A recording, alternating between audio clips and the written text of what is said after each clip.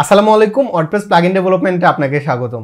আপনি যদি মনে করেন যে প্লাগইন ডেভেলপমেন্টের এই সিরিজটা আপনার জন্য উপকারী হচ্ছে, কমেন্টে জানান আপনার মতামত আর ভিডিওতে একটা লাইক করে রাখবেন, তাহলে ইউটিউব অ্যালগরিদম বুঝবে ভিডিওটা হেল্পফুল। তো চলেন আমরা আমাদের প্লাগইন ডেভেলপমেন্ট নিয়ে কাজ শুরু করে দিই। তো আমাদের যে প্লাগইনটা আপনারা দেখতে পাচ্ছেন, প্লাগইনের আমরা যদি শুধুমাত্র একটা পেজ তৈরি করেছি। তো পেজটা তৈরি করার পর আমরা যদি এখানে আসি তাহলে দেখেন এটাকে এরর মানে রিফ্রেশ দিলে এখানে একটা এরর আসছে। কারণ আমি একটু গত পর্বে আপনাদেরকে বলেছি যে আমরা একটা কলব্যাক ফাংশন নিয়েছি, কিন্তু আমরা সেই ফাংশনটাকে ব্যবহার করিনি, যে কারণে আমাদের মূলত এই এররটা আসছে। তো এখন হচ্ছে আমরা আমাদের সেই ফাংশনটাকে ব্যবহার করব। তো আমাদের ফাংশন হচ্ছে এটা। তো আমরা এখন এখানে একটা নতুন কমেন্ট করব এবং এখানে আমরা দিলাম প্লাগইন কলব্যাক। তারপর এখানে হচ্ছে এখন আমরা আমাদের ফাংশনটা নিব। তো আমাদের ফাংশন হচ্ছে কি, যে নামটা আমরা একটু আগে নিলাম কপি করে, এটা হচ্ছে আমাদের ফাংশন CLPWP ক্রিয়েট পেজ, এটা হচ্ছে আমাদের ফাংশন, তাই না? তো ফাংশনটাকে আমরা দিলাম, যেহেতু এটা একটা কলব্যাক ফাংশন সেজন্য এটাকে আর অ্যাক্টিভ করতে হবে না। তো আমরা যখন ফাংশনটা নিয়ে নিব, এবার আমরা যদি রিলোড দেই তাহলে আপনি আর এখানে কোনো এরর দেখতে পাবেন না। আচ্ছা, তো এখন আপনি এখানে কিন্তু যা ইচ্ছা তা লিখতে পারবেন, মানে আপনি এখন এই ফাংশনের ভিতরে যা কিছু লিখবেন সব আপনার এই যে ব্ল্যাঙ্ক পেজের মধ্যে দেখাবে। তো ধরেন আমরা হচ্ছে এখানে একটা ফাংশন লিখব, এখানে আসলাম, আসার পর এখন আমরা লিখলাম ইকো লিখে আমরা এখানে কোটেশনের ভিতরে লিখলাম ধরেন প্লাগইন অপশন।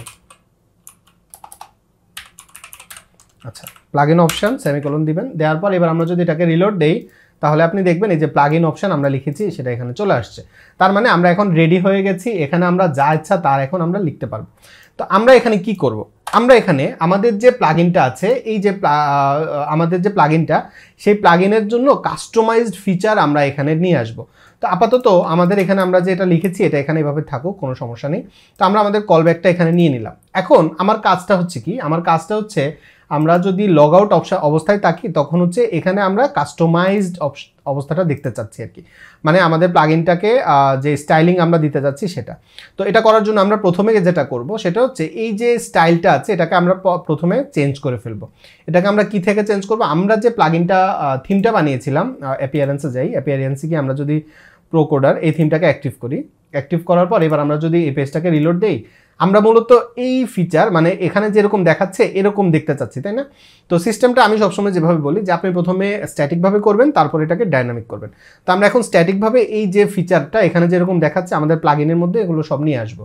তো এগুলো সব নিয়ে আসার জন্য আমরা প্রথমে যেটা করব সেটা হচ্ছে অবশ্যই লেটেস্ট 2023 বর্তমানে আপডেটেড।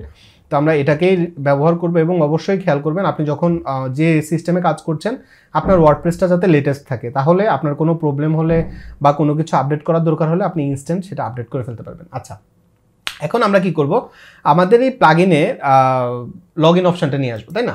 তো এটা করার জন্য এটা হচ্ছে আমাদের প্লাগইনের ফোল্ডারটা, তাই না? তো আমি হচ্ছে প্লাগইন ফোল্ডারটাকে ওপেন করে রাখলাম এবং আমি হচ্ছে আমার থিম ফোল্ডারটাকে ওপেন করব। তো এখান থেকে এখানে যাওয়ার পর আমরা এখন এখানে আমাদের প্লাগইনের জন্য কাজ করব। তো এখান থেকে দেখেন এই যে লগইন এন্ড কিউ, এই ফাইলটাকে আমরা যদি ওপেন করি আমাদের হচ্ছে এই সিএসএসটা লাগবে।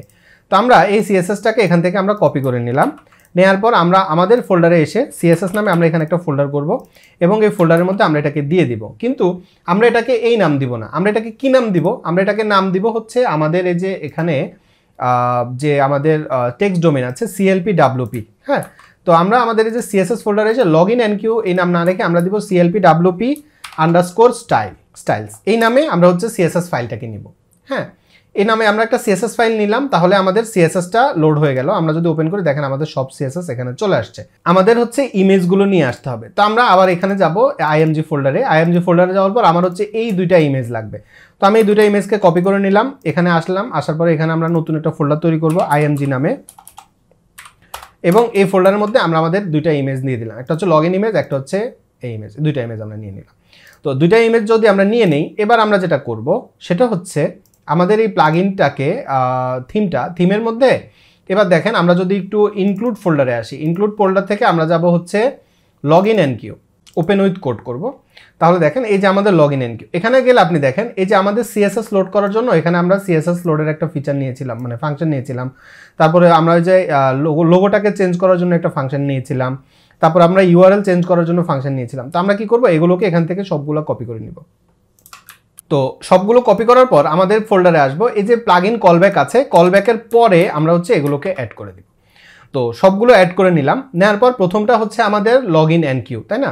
তো এই লগইন এন্ড কিউর আগে আমরা লিখে দিব CLP WP login and Q. আমরা নামটা অবশ্যই কাস্টমাইজ করে নেবেন সব সময়। তারপর আমাদের প্লাগইনের আমরা সিএসএস ফাইলের নামও পরিবর্তন করেছি, তো আমরা সিএসএস ফাইলের নামটা এখানে দিয়ে দিব লগইন এন্ড কিউ এখানে। তারপর এখানে দেখেন, এখানে আমার হচ্ছে গেট স্টাইলশিট ডিরেক্টরি ইউআরআই। আপনি যদি এভাবে দেন তাহলে আপনার এই ফাইলটাকে থিমের ফোল্ডারে খুঁজবে, কিন্তু আমাদের এই সিএসএস ফাইলটাকে খুঁজতে হবে কোথায়? প্লাগইন ফোল্ডারে। তাহলে আমরা এটাকে চেঞ্জ করে দিয়ে দিব প্লাগইনস ইউআরএল এটা। তো প্লাগইনস ইউআরএল দেওয়ার পর এখানে আমাদের একটা স্ট্রিং হবে। স্ট্রিংয়ের ভেতরে আমরা লিখে দিব হচ্ছে এই যে আমাদের প্লাগইনের যে নামটা, এই নামটা আমরা এখান থেকে কেটে এই পাথের মধ্যে আমরা দিয়ে দিব। তারপরে এখানে হচ্ছে আমাদের যে প্লাগইনের স্ট্রিং, এই প্লাগইনের স্ট্রিং কি? আন্ডারস্কোর ফাইল, এটা হচ্ছে আমাদের প্লাগইনের স্ট্রিং। তারপর আমরা কি করব? এখানে বাকি যা আছে এগুলো সব আমরা এখান থেকে এভাবে কেটে দিলাম, কমা দিব, কমা দিয়ে লিখবো ফলস, আবার কমার মধ্যে আমরা স্ট্রিং দিব, স্ট্রিং দিয়ে আমরা ভার্সন দিব 1.0.0। এটা হচ্ছে আমাদের প্লাগইনের ভার্সন। আর এই যে লগইন এন্ড কিউ স্ক্রিপ্ট এটা ঠিকই থাকবে। আর এই যে এখানে আমাদের লগইন এন্ড কিউ রেজিস্টার, এর আগে আমরা লিখে দেব হচ্ছে সিএলপি ডাব্লিউপি আন্ডারস্কোর। হ্যাঁ, এভাবে আমরা নামটা দিব। তো এটা কপি করে নিলাম, এখানেও এটা কপি করে পেস্ট করে দিলাম। আচ্ছা, তো এটা দিলে আমাদের সিএসএসটা পেয়ে যাওয়ার কথা। এবার আমরা যদি এটাকে একবার রিলোড দেই তাহলে দেখেন এটা কিন্তু পেয়েছে, এবং ব্যাকএন্ডে আমাদের কোন থিমটা অ্যাক্টিভ? 2023 এই থিমটা অ্যাক্টিভ। তো আমাদের এটা এখানে পেয়ে গেল। আচ্ছা, এরপরে আমাদের সেকেন্ড স্টেপ হচ্ছে যে এখানে ওয়ার্ডপ্রেসের লোগো, যেটা ওয়ার্ডপ্রেসের লোগো থাকে সেটা পাচ্ছে না। তো আমরা ওয়ার্ডপ্রেস লোগোর পরিবর্তে আমরা আমাদের লোগোটা ব্যবহার করব, এই যে থিমের লোগো। তো এই লোগোটা পাওয়ানোর জন্য একইভাবে আমরা এখানে লিখব কি? CLP WP login logo change. হ্যাঁ, এবং আমাদের এই ফাংশনের নামটাও আমরা এখানে পরিবর্তন করে দিব। তো করা হয়ে গেল। এবার হচ্ছে এই যে ইউআরএলটা, এই ইউআরএলটাকেও আমাদের পরিবর্তন করে দিতে হবে। তো ইউআরএলটা কিভাবে হবে? এখানে গেট স্টাইলশিট ডিরেক্টরি ইউআরআই না হয় আমাদের প্লাগইনের ডিরেক্টরি হবে, তাই না? PLUGIN প্লাগইন, তারপরে ডাইরেকশন ডিআইআর ইউআরএল, এটা ডিরেক্টরি ইউআরএল। তো এখানে এসে এখন আমরা লিখে দিব হচ্ছে আমাদের যে ফাইলের স্ট্রিং কোনটা? Underscore file. তারপরে একটা ডট দিয়ে হচ্ছে আমাদের প্লাগইনের যে ইউআরএলটা। তো প্লাগইনের আমাদের লোগোর যে ইমেজটা সেটা এখানে আছে। তো এটাকে এখানে আমরা স্ট্রিং এর ভেতরে দিব এভাবে। তারপর আমাদের এটার আর দরকার নাই, এটাকে কেটে দিতে পারি, এবং এই যে ডট এই দুইটাও দরকার নাই। তো এটা আপডেট করে দিলাম। এবার আমরা যদি এটাকে একবার রিলোড দেই তাহলে আশা করছি আমাদের ইমেজটা চলে আসবে। তাহলে আমাদের লগইনের ইমেজটাও চলে আসছে। আচ্ছা, তো দেখেন আমাদের লগইন ইমেজটা চলে আসছে। এবার আমাদের ফাইনাল কাজ সেটা হচ্ছে এই যে ইউআরএল চেঞ্জ করার জন্য আমরা একটা লগইনের ফাংশন নিয়েছিলাম। তো তার আগেও আমরা হচ্ছে সিএলপি ডাব্লিউপি এইটুকু টেক্সট আমরা অ্যাড করে দিব, যাতে করে আমাদের কারোর সাথে কারো কোনো কনফ্লিক্ট না হয়। হ্যাঁ, তাহলে আমাদের সব কিছু কাজ রেডি হয়ে গেছে। এবার আমরা যদি এটাকে একবার রিলোড দেই তাহলে দেখেন আমাদের লেটেস্ট থিমটাই অ্যাক্টিভ। কিন্তু আমরা যদি লগইন পেজটাকে রিলোড দেই তাহলে দেখেন এটা এভাবে আছে। এবার আমরা যদি আমাদের প্লাগইনটাকে ডিঅ্যাক্টিভ করে এবার যদি এটাকে রিলোড দেই তাহলে রিস্টোর করে আগের অবস্থায় চলে যাবে। তার মানে আমাদের প্লাগইনটা স্ট্যাটিকভাবে হলেও, যদিও আমাদের এখনো কোনো ফাংশন নেই, মানে ইউজার এটার কোনো কিছুই এখনো চেঞ্জ করতে পারবে না, কিন্তু আমাদের এটার কিন্তু সব ফিচার আমরা নিয়ে আসতে পেরেছি, তাই না? তো আগামী পর্বে আমরা এটাকে ডাইনামিক করা শিখবো, এবং আমরা এটার ফিচারগুলো এই যে লগইন অপশনের পেজে নিয়ে আসবো। এখান থেকে আমরা এটাকে কন্ট্রোল করার ফিচারগুলো আমরা আগামী পর্বগুলোতে দেখব। আমি আশা করছি ভিডিও সিরিজটা আপনাদের জন্য উপকারী হচ্ছে। এই ভিডিও সিরিজ সম্পর্কে আপনার মতামত কমেন্টে জানাতে ভুলবেন না। আপনার পরিচিত কেউ যদি ওয়ার্ডপ্রেস প্লাগইন ডেভেলপমেন্ট শিখতে চায় তার কাছে আমার এই প্লেলিস্টটা শেয়ার করতে পারেন, এবং প্লেলিস্টের লিঙ্ক দিয়ে দিলেই সে কিন্তু দেখতে পারবে আশা করছি। আর চ্যানেলে সাবস্ক্রাইব তো মাস্ট। আর যদি ভিডিও লাইক না করে থাকেন এখন পর্যন্ত তাহলে লাইক করে ইউটিউব অ্যালগরিদমকে জানিয়ে দিন ভিডিওটা হেল্পফুল। সুস্থ থাকবেন, নিরাপদ থাকবেন, প্রোকোডারের সাথেই থাকবেন। আমার জন্য দোয়া করবেন। আগামীকালকে কিন্তু নতুন ভিডিও আসবে, আশা করছি তখন দেখবেন। আসসালামু আলাইকুম।